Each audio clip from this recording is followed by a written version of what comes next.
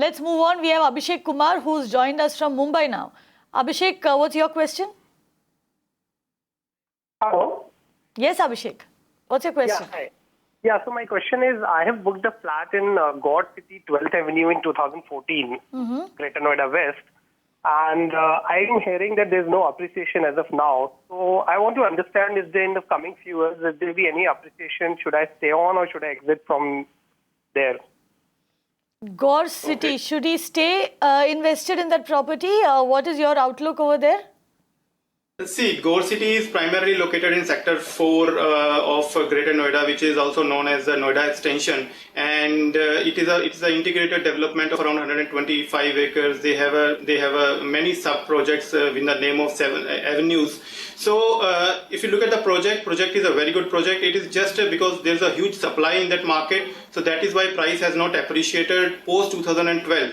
Though if you look at, the project was launched in around 2010 at a price of around 1800 or 1850, and currently is being quoted at in the range of around 3600 to 3700. So there has been appreciation since the launch, but post 2012 there has been a limited appreciation in this project. But if you look at this entire market is actually targeting the end user market, and it's very well connected to the developed Delhi region and Noida expressways and the Noida and the Greater Noida. So if you look at the entire location is very good, but just it's a oversupply market. So that is why the price has not been appreciating. But if you wait for around 3 to 4 years, then I believe this is going to be a good development in this area. So essentially you're saying wait for another 3 to 4 years, and if you can see the chart over there, the one that we're showing you, Abhishek, 3,465 rupees per square foot is what the market is averaging in Sector 4 of Noida Extension.